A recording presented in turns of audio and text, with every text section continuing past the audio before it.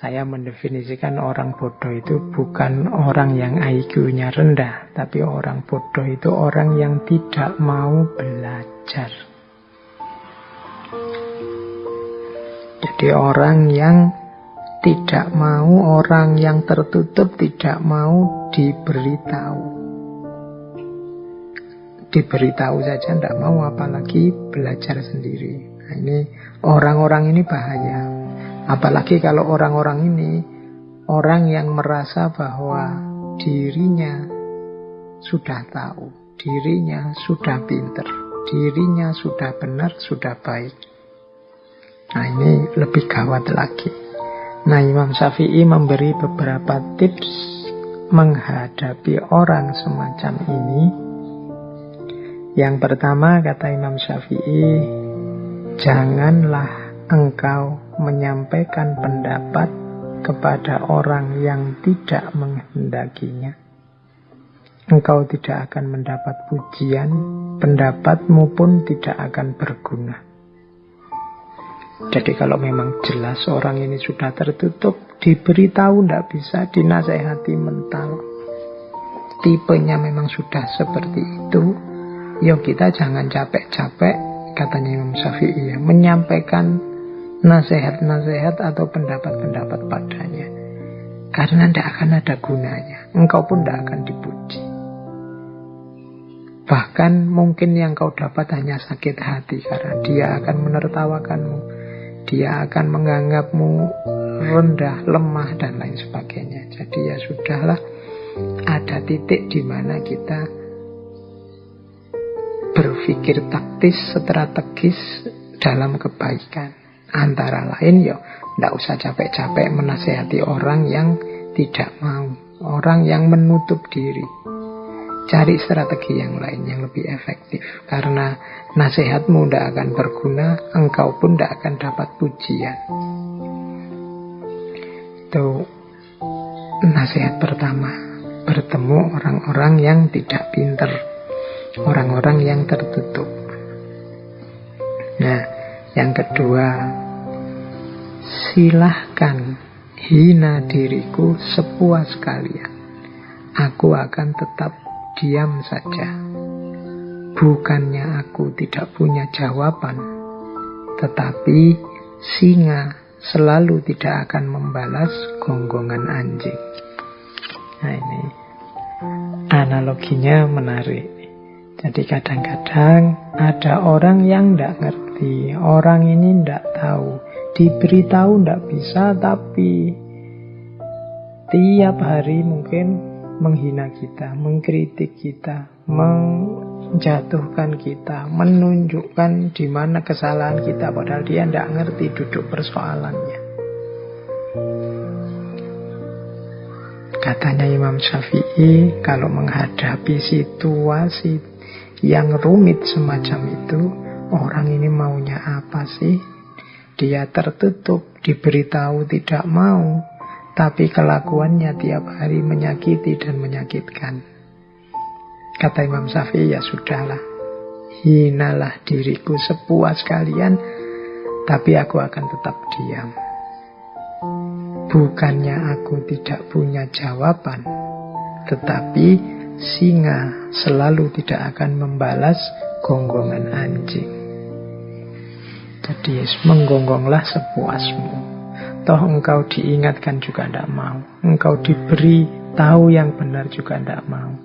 Kalau engkau memang puas dengan menghina, hinalah diriku sepuas mungkin, dan aku akan tetap diam. Karena kalau aku menjawab, membalas, yang terjadi biasanya kontraproduktif. Engkau semakin panjang ngomong, engkau semakin tidak karu-karuan. Tunggulah sampai gonggongan anjingnya berhenti, baru singa menyala. Jadi ini yang kedua. Mungkin teman-teman punya situasi nanti, mengalami situasi semacam ini. Quotes ini boleh dipakai, tapi juga yang tidak dipakai sembarangan. Nanti setiap kali ada orang ngeritik, kalian pakai ini. Aku diam saja, singa kan tidak membalas gonggongan anjing. Padahal kamu tidak bisa jawab kritikannya temanmu. Ini situasinya tidak untuk situasi semacam itu, tapi untuk situasi mungkin ada orang yang bodoh tapi cerewet, diberitahu tidak mau, suaranya tidak berhenti-berhenti, ya mungkin situasi yang seperti itu. Tapi untuk kritik-kritik yang konstruktif, produktif, diskusi-diskusi yang bilati ya ahsan tadi, ya jangan diem saja. Ikhlaslah bertukar pikiran, saling memberi masukan. Jadi ini kalimatnya Imam Syafi'i ini ya silahkan dipakai sesuai dosisnya, sesuai ruang dan waktunya. Ini quote selanjutnya juga mirip. Biarlah mereka bersikap bodoh dan menghina, dan tetaplah kita bersikap santun. Gaharu akan semakin wangi ketika disulut api. Jadi ini melanjutkan tadi, ketemu orang yang seperti tadi loh. Seandainya harus merespon, ya tetap kita respon dengan santun, tetap kita tidak lupa akhlak, tidak lupa adab.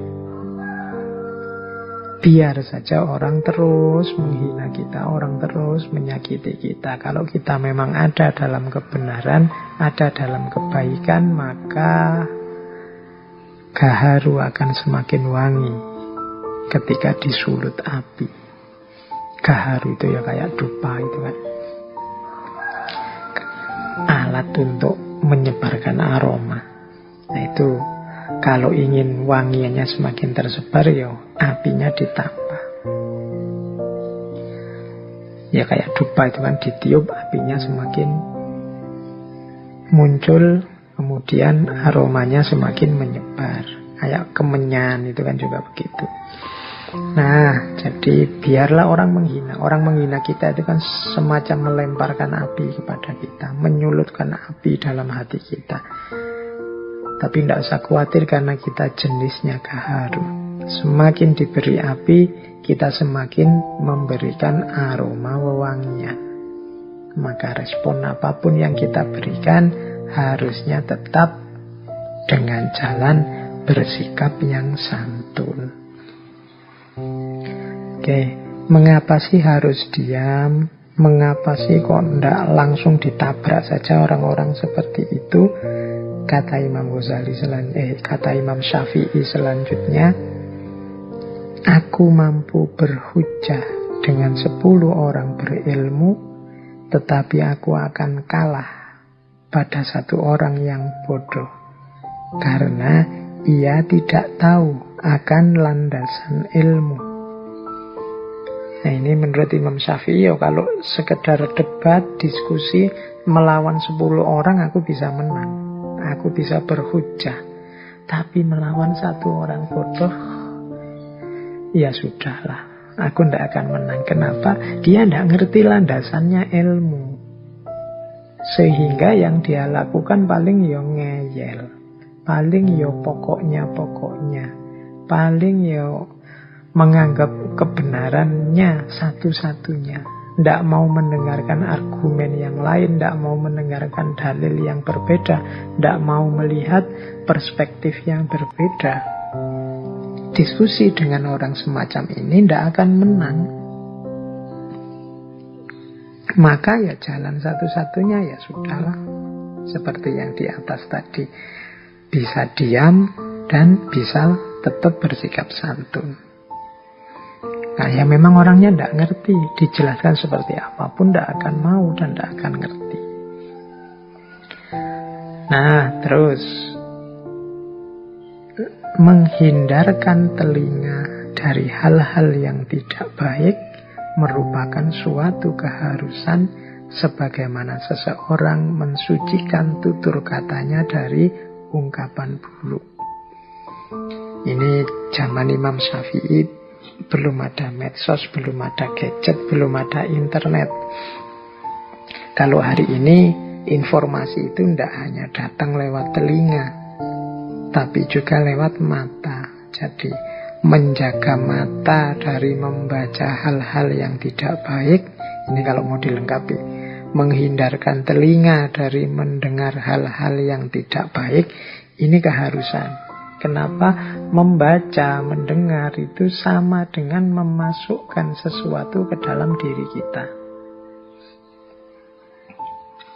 Ini kalau kita tidak hati-hati, kalau kita memasukkan juga yang rusak-rusak, sama artinya dengan merusak diri kita, merusak pikiran kita.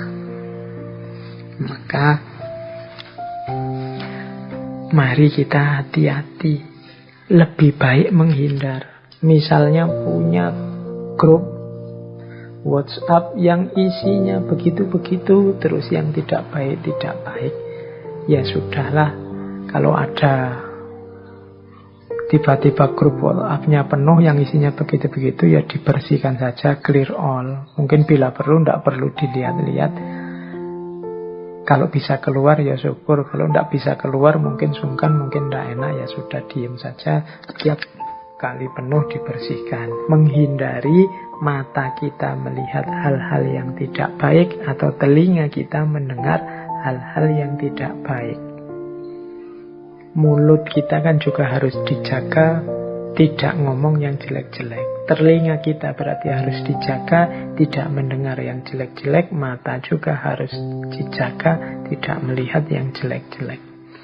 Ini kunci, salah satu cara agar jiwa kita tidak gelap. Jiwa kita tetap terang, tetap bisa menampung cahaya yang namanya ilmu. Mendengar yang tidak baik itu salah satu maksiatnya mata. Maksiatnya telinga. Melihat yang tidak baik ini maksiatnya mata. Padahal maksiat itu salah satu yang menghalangi kita dari ilmu, dari cahaya dari Allah. Oke, yuk. Biasanya yang tidak baik itu muncul dari orang-orang bodoh, dalam tanda petik tadi ya, dengan definisi bodoh yang saya jelaskan tadi. Jadi ini beberapa tips dari Imam Syafi'i menghadapi orang bodoh. Jadi yang pertama, lihatlah apa memang efektif kalau kita menasehati dia, apa dia mau. Kalau tidak, cari strategi yang lain, biar tidak menghinakan ilmu. Kemudian ada kalanya memang kita memilih diam saja. Meskipun begitu, kita tetap dituntut untuk bersikap santun. Karena memang orang bodoh ini adalah orang-orang yang tidak tahu landasannya ilmu. Ini yang agak menyulitkan. Kalau orang pinter sama orang pinter ya biasanya lebih mudah. Bahkan ada adagium al-alim wal-alim kafa bil isyarah. Orang sama-sama pinter itu mungkin menasehatinya nggak pakai kata-kata yang panjang lebar. Dengan isyarat-isyarat saja sudah masuk nasihatnya.